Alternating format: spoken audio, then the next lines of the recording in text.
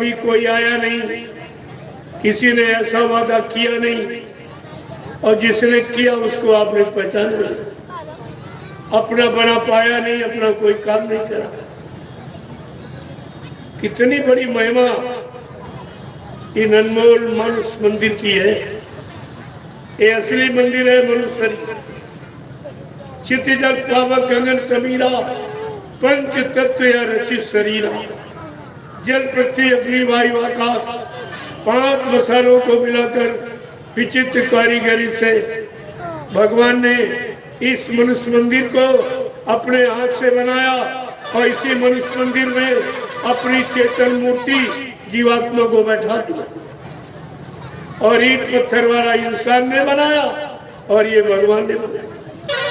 अब आप ये विचार करो कि भगवान तुम्हारे वाले ईंट पत्थर वाले मंदिर में रहेगा कि अपने वाले में रहेगा? तुम्हारे वाले में तो कभी नहीं आया ईंट पत्थर वाले, न कभी आया, ना है, न कभी आएगा। वो है यादगार स्थल। क्या भगवान राम जब यहाँ आए तो क्या मंदिर पहले ही बना था? राम मंदिर में पैदा हुए थे? मंदिर तो बाद में बनाया। कब? जब उन्होंने दुष्टों का संहार, भक्तों की मदद और धर्म की स्थापना की, तब भक्तों ने उनकी यादगार के लिए और मंदिर, मस्जिद, गिरजाघर, गुरुद्वारों का निर्माण किया। ये तो बात है, इनमें तो कभी आया ही नहीं था, और तुम उन्हीं में ढूंढ रहे हो, उन्हीं में खोज रहे हो। कोई पानी में, कोई पत्थर में, कोई कागज में, कोई तीरथ में, कोई मूर्त। तुम धर्मशास्त्रों की भी बात नहीं मानते। धर्मशास्त्रों में क्या लिखा? ना हम बसामी वैकुंठे योगिना हृदय नचा मम भक्त्वा यत्र गायन्ति तत्र तिष्ठामि नारदा। भगवान कह रहे, हे नारद, जहाँ तुम मुझे ढूंढ रहे हो मैं वहाँ रहता ही नहीं। न कागज में, न पानी में, न पत्थर में, न तीरथ में, न मूर्त में। मैं तो तुम्हारे इस मनुष्य मंदिर में आत्मा रूप में बैठा। मैं आत्मा रूप में तुम्हारे सबके मनुष्य मंदिर में बैठा। यानी आत्मा रूप में हम सबको भगवान आदिकाल से मिला हुआ, क्योंकि आत्मा परमात्मा का अंश है। अंश रूप में हम सबको भगवान मिला हुआ। लेकिन अब ये अंशी को कैसे प्राप्त हो? बस इतनी बात बीच में आके खड़ी। जैसे उदाहरण के लिए गंगा की बूंद आप ले आओ और हथेली पर रखे को ये गंगा की बूंद, तो सुनने वाले कहेंगे गंगा की बूंद है तो गंगा में चली जाएगा। कहते भाई जा नहीं सकती, कल क्यों?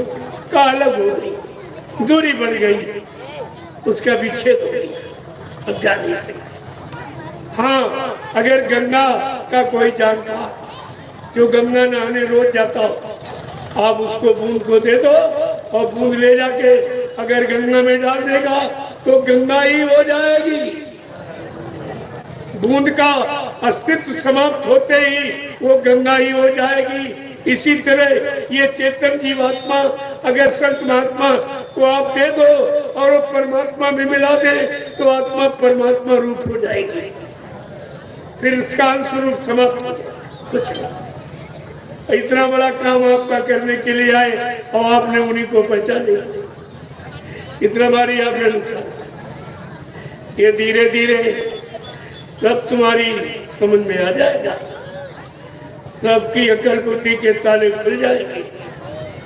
आप देखते जाइए, सुनते जाइए, समझते जाइए, अपने जीवन में उतारते जाइए, तो सारी सच्चाई तुम्हारे पास आके स्वयं खड़ी हो जाएगी।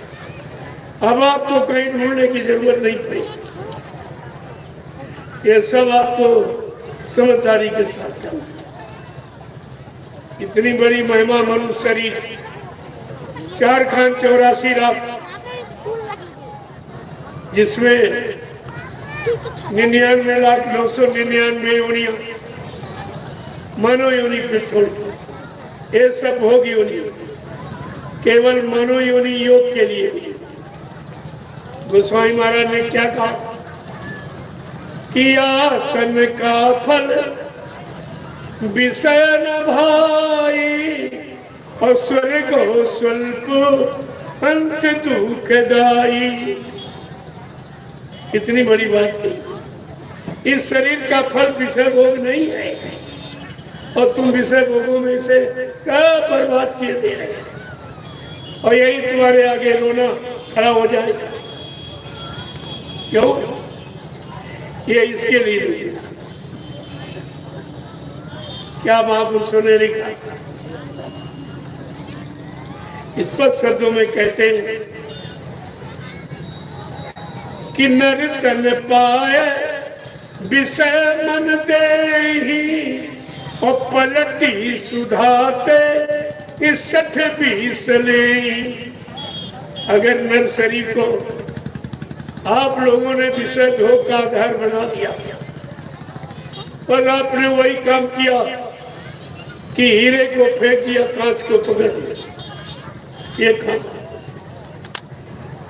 जो शरीर परमात्मा की प्राप्ति के लिए मिला, हम भोगों की प्राप्ति में खर्च कर रहे हैं और अंत में रोते पछताते रह जाते, क्योंकि आपने संत महापुरुषों की नामयोग की शिक्षा को आपने स्वीकार नहीं किया। जो तुम्हारे जीवन का असली रास्ता, उसको आपने स्वीकार किया। बस परेशानी का यही एक, और धीरे धीरे मुसीबत तुम्हारे सामने आके खड़ी हो गई। अभी क्या, जो आगे आने वाली।